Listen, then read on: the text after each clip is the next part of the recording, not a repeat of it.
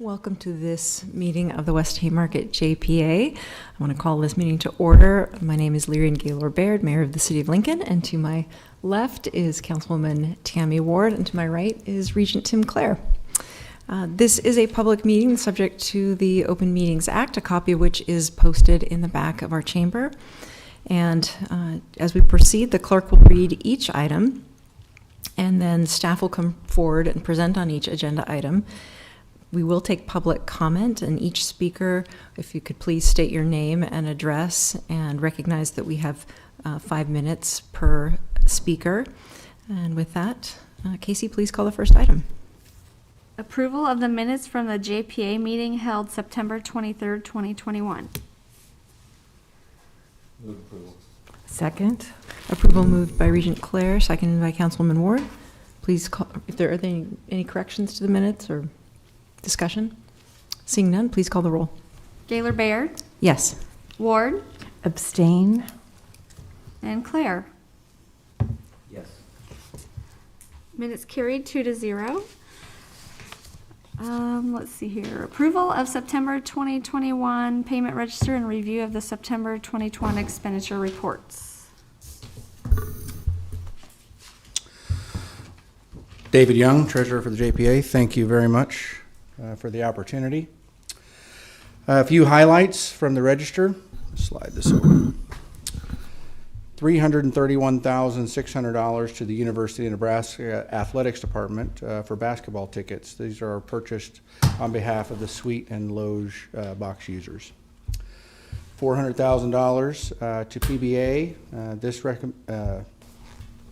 This is the combination of the $250,000 in sponsorship revenue that we passed through from IMG and $150,000 quarterly operating increment. $221,205.50 District Energy Corporation payment. Again, $155,098.30 was recovered, or 70.1%. $15,246.87 to street maintenance for a cleanup of JPA property. $17,500 reimbursement to PBA for upgrades to the HVAC control software. This is the second payment for the project. And $36,326.30 for August arena repairs.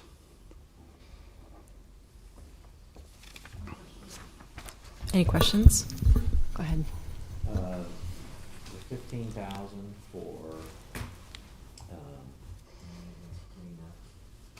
we have an endowment set up. Can the endowment be used to pay this? Chris, what did we decide?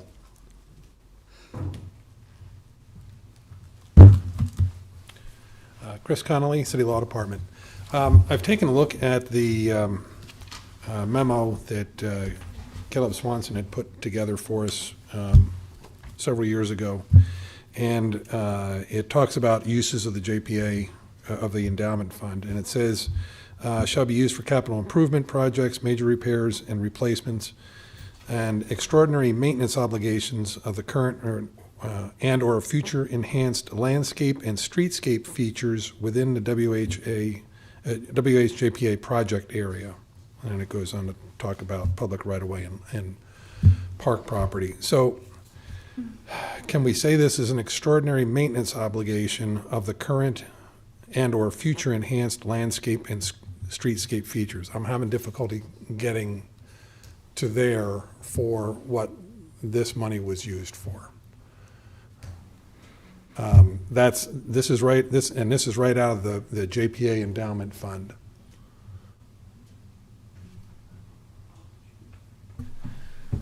So I think that I think my opinion is going to be that the answer is no. Okay.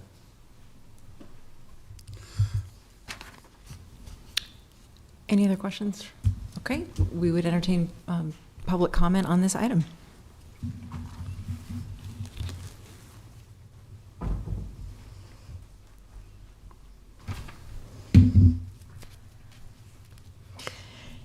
Jane Kinsey with Watchdogs. What's this all about? know that you're not going to pay it, or know that it is, or what?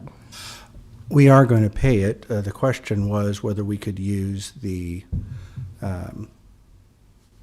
Endowment fund? The endowment or not. That was the question. Okay, and that's no. Correct. Okay, so what kind of cleanup was it, do you know? We do know it was cleanup and removal of a lot of, it was a homeless encampment specifically. You're kidding, No, really? ma'am. No, that's what it was. I didn't know we had any in Lincoln. City needs to take care of that. Had they been there very, very long? I believe it had been there for some time. Really? Yeah. And they can't get them on trespassing or anything like that? Or the police looked into it? It was a very coordinated effort. For It was a highly coordinated effort between multiple groups to let them stay there? to help them transition. And so in the meantime, the public has to pay for their cleanup. Needs to be public knowledge of this. Well, the newspaper isn't going to print it, so we'll have to find other ways to let the public know about this. This is disgraceful. Would anyone else like to comment on this item? All right, seeing none, I would entertain a motion on item number 4, the approval of the September 2021 payment registers. So moved. Second. Moved by Ward, seconded by Claire. Any further discussion? Regent Claire? David, I was going to ask you one other thing, quick review of where we are financially, if you could do that. Sure. Sorry. Not at all. I appreciate the opportunity very much. So, a couple of things. We are in the first month of our budget, and so occupation taxes collected for basically September 1 to September 30 were $1,631,030. The prior year, 2020, which was a down year, was roughly $1.29 million. This represents a 26% increase over 2020 for the first month. That's very good news for us. What we projected in the budget was a total annual payment of occupation taxes of $17 million. We are right now projected at 9% ahead of our budgeted occupation tax dollars. When you look at the original 2010 projections for the project, we are 19% ahead, or corresponding to a 2030 year. The balance, we have collected $23,743,146 in excess over the original projections in occupation tax. This has been a very successful project. When you look at the 1 month financial statements for JPA, our total revenues were just a little over $2.5 million. Our expenditures over that same period were about $960,000, or a profit for the JPA of $1.598 million. Our fund balance currently is $42,253,409.84. We're in a very strong position there. Any further questions for Mr. Young? No? Okay. Thank you. We've had a motion and a second. Casey, could you please call the roll? Gaylor Baird? Yes. Ward? Yes. Claire? Yes. Motion carried 3-0. Next item is WH 21-13, resolution approving an agreement for engineering services between the West Haymarket JPA and JEO Consulting Group for the Pinnacle Bank Arena ADA ramp improvements project for an amount not to exceed $12,510. This is an item we have talked with the board about previously, and this is for doing some redesign work for steps in front of the box office at the arena. There are some older folks that have some difficulty negotiating it. And while we technically have ADA compliance, this would certainly be helpful. We are not committed yet to actually doing the construction, as we've talked about before, because we wanted to see how revenues were going to start coming in, and we are off to a good start. But we did at least want to get the design process started, and so that's what this contract represents, is $12,000. And so with that, if you have any questions, I'll be happy to discuss. I believe you looked into whether or not there was any grants or any other monies, outside monies that could help offset this cost. I have not been able to find anything that would be for ADA accessibility. We can try and look around for some other methods of funding it that may be applicable to construction, which would still be down the road. So we can still look at that, but I haven't been able to Not find a huge anything. expenditure, but it is something, I'd be interested to know if there's anything out there that can help offset this cost from an, Okay, we can, for and we will keep ADA looking. grants or anything that would be out Yeah. there. Yes, we will continue to look for that. Okay. Any further questions? Right. Thank you, Chris. We would take public comment on item 5.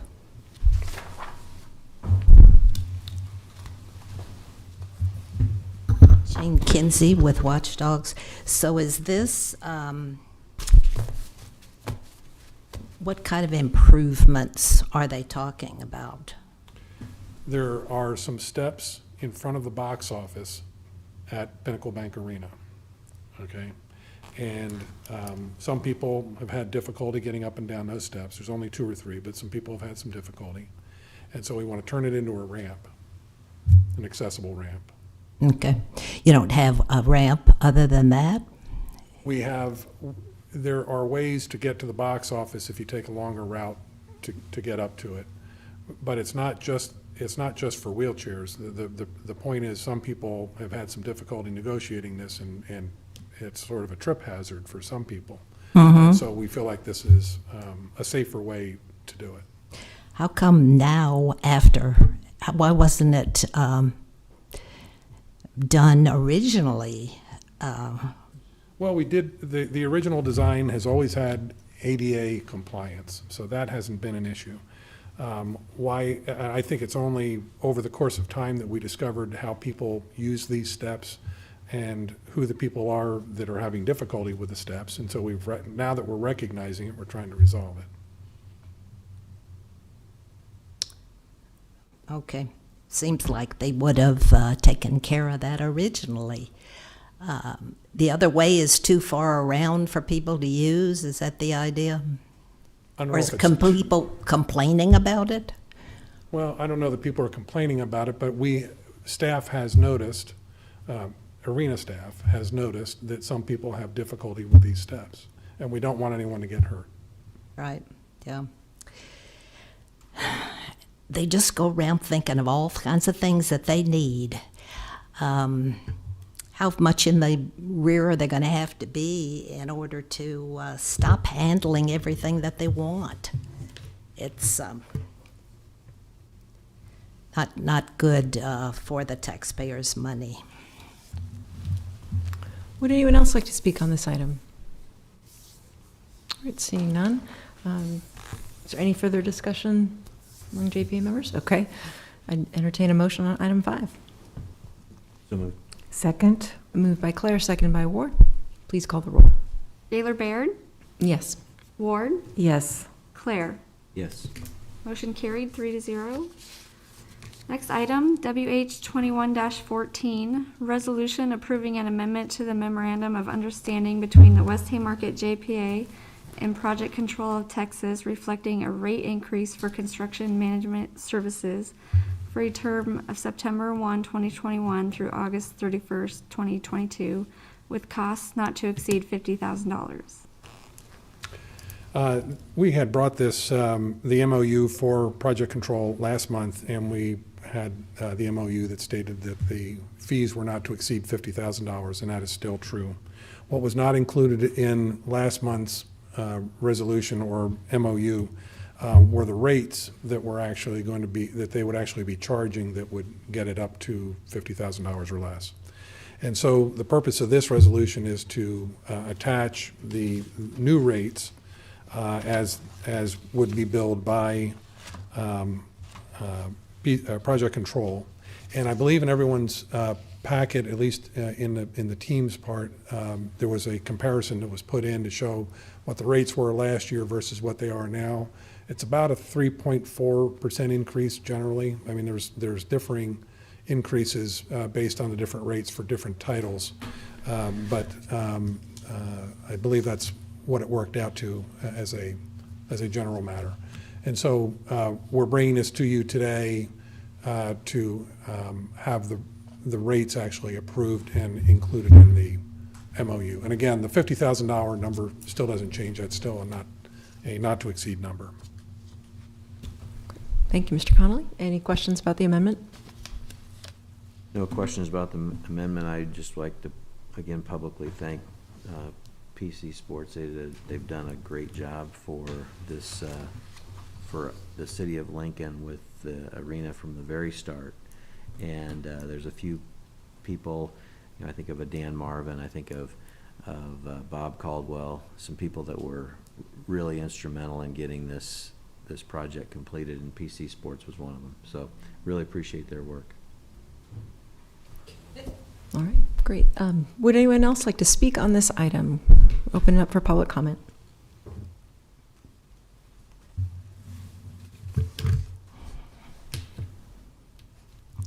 Jane Kinsey with Watchdogs. Well, they should appreciate it. What's this contract? Just unlimited amount of a contract? Have you renewed it yearly? Obviously, there are no bids against it. This is an annual contract that we've been doing with them. It's a pretty unique kind of a service. They coordinate and manage construction projects around the JPA area, and it has a maximum expenditure of $50,000 for all projects throughout the course of the next year. But what's their original contract? Just ad infinitum, or do you renew it every year? We renew do you it take every year. bids? Okay. We renew it every year. Without bids. No, we have talked with, in fact, we kind of did an arrangement with another firm last year that had the opportunity to do some construction management, but we found that it really wasn't working trying to do two different firms at the same time. And so we've gone back to the firm that has a lot of experience and a lot of knowledge of the JPA area. Mm-hmm. They've been around. They have been around. And picking up millions from the project. So who was the other firm? Benish, Alfred Benish. Benish, Company. the local firm. And that was just divided up, or for the whole thing? Well, of course, it was in a pandemic year, so there wasn't as much to do as we would normally do, but we found that it was complex trying to make arrangements between as to who was going to be doing what work. Mm-hmm. But not a total rebid for the whole thing. The professional services agreement, we're entitled to hire people that are qualified and experienced. Right. But there's no bids or anything. So how long will you keep them on? That's the board's prerogative for the life of the bond of the JPA, or what? It's up to the board to decide how long they stay around. Okay. Year to year, or just? Year to year. Year to year. At the fiscal year? Correct. Okay. Well, again, taxpayers' money. Would anyone else like to speak on this item? Seeing none, I entertain a motion on item 6. So moved. Second, moved by Claire, second by Ward. Any further discussion? All right, please call the roll. Gaylor Baird? Yes. Ward? Yes. Claire? Yes. Motion carried 3-0. Next item is WH 21-15, resolution approving a right of entry agreement between the West Haymarket JPA and the University of Nebraska to enter upon an abandoned railroad bridge to conduct 3D laser scanning experiments through December 31st, 2021.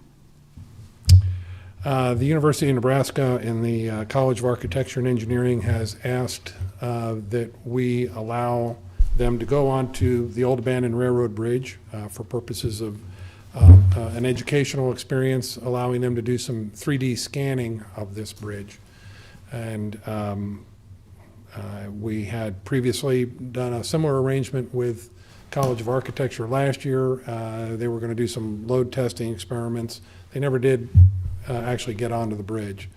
But I'm told that that this group will go ahead and get the scanning done. They believe they'll get it done by the end of December of this year. And since there's no load testing going on, we're not as concerned about whatever risks there may be as we were last time. However, having said that, the agreement is basically the same. They will have insurance, and we're satisfied that we'll be as well protected as we can. And there's no cost to the JPA on this. Thank you. Any questions? No? Okay, thank you. Would anyone like to speak on this item?